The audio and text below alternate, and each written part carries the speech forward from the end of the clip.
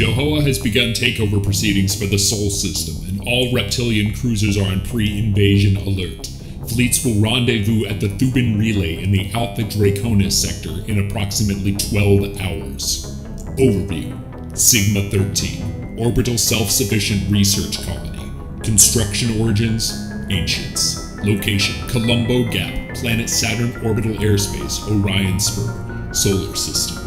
Sigma 13 functions as a catalyst for the creation of a wormhole directly to neighboring star systems. This sequence can only be initiated by the station's environmental virtual exchange. The clue led Chip Roberts will see to this manual override. Once the portal is opened, all fleets will rendezvous in the Saturn system.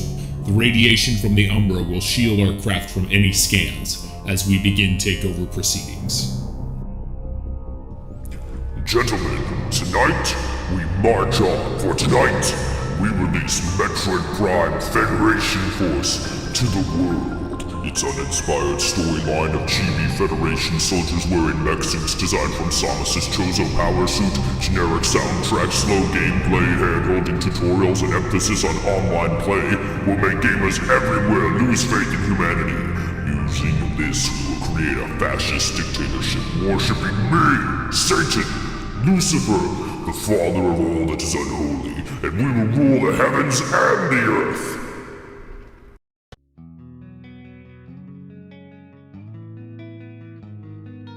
Greetings everybody and welcome to the final video of Metroid Month 2016. Metroid Month!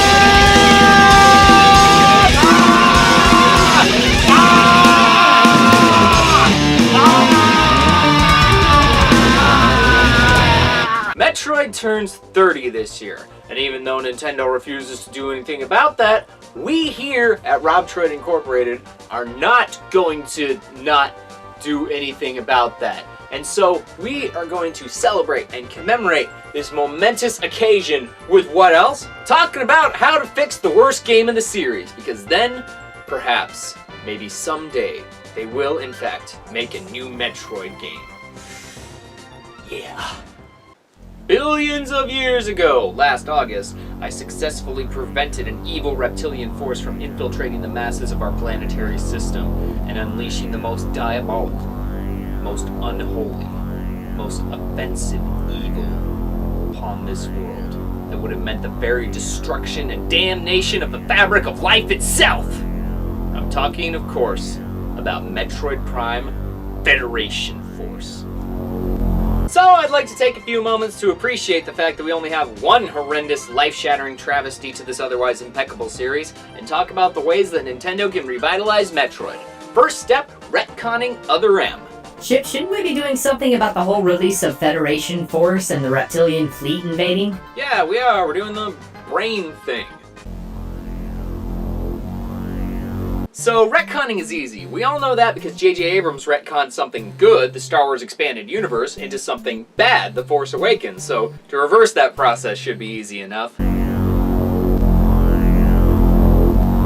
All you gotta do is have somebody in a position of authority go on record and make a public statement officially erasing the game, and fortunately, I happen to be friends with one Joe DeCassola of Nintendo of America, and considering that Shigeru Miyamoto and Reggie Fils-Aimé happen to be reptilian shapeshifters, I guess that makes me the new head director of creative development.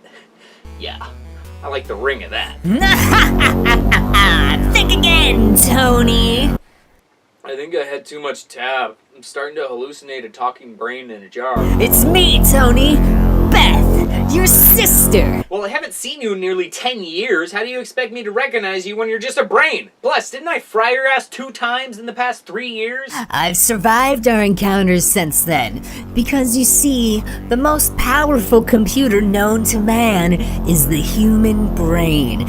And since being exposed to the radiation of Jupiter, I am now more powerful than ever, with telepathic abilities, the integration and synthesis of flesh and cybernetics to create the ultimate thing.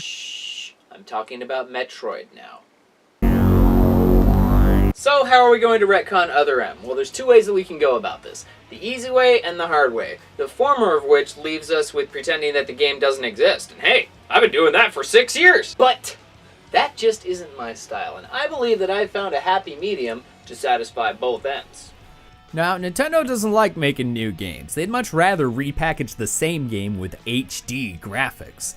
Wow, look at the world of difference between the two. Sure makes me feel like purchasing an obsolete console so I can play the same bad game unchanged with HD graphics.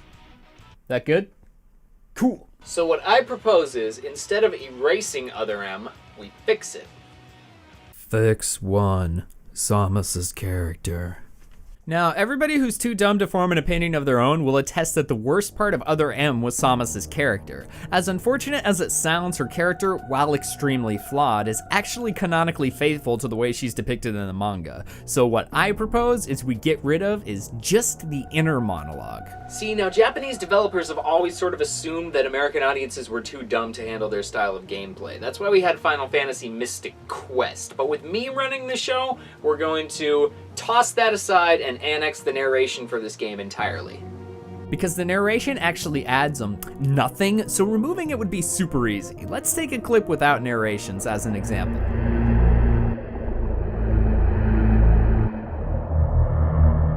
See, now what erasing the narration does is forces the player to be more attentive to what's going on because the information isn't being spoon-fed, which makes big twists like Ridley's reappearance more impactful since the player put the pieces together themselves. Fix 2. Search segments. Why Team Ninja decided to implement a mechanic as forced as this is beyond me, but why Nintendo decided to develop a Metroid Prime spin-off that nobody asked for is even more dumbfounding. My next proposal involves getting rid of the search segments. Without these segments, bare bones, the game is a literal on-rails game. So what I'm proposing is cutting straight to cinematics where appropriate and implementing a visor system, not unlike that in the Prime series. X-ray, thermal, and night vision could lead to a new implementation of puzzle solving. Again, not only increasing the player immersion, but also increasing the overall playtime as well. This could also work for combat as well. For example, there are these enemies that burrow up and roll around, and they're pretty hard to spot because they blend in with the environment so well. There are also these chameleon-like enemies that turn invisible. Instead, what if they required the use of a visor like the thermal visor to detect them? Kind of like the Shadow Troopers in Metroid Prime, except actually hard to spot. Similarly, there are these select parts where Samus is required to traverse underwater. What if there was an entirely new section where Samus explores, yes, a cliched water biome, but more akin to the ocean depths where visibility becomes scarce, so Samus must use night vision to fight all kinds of crazy oceanic predators. On that note, not much can be spared by just blasting the hell out of it, so what if, as an example from the ocean depths, Samus uses some kind of light to blind the fish or something?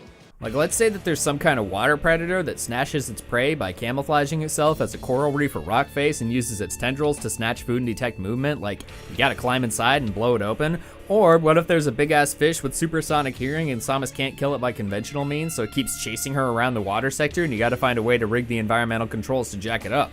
And on that note, my next fix.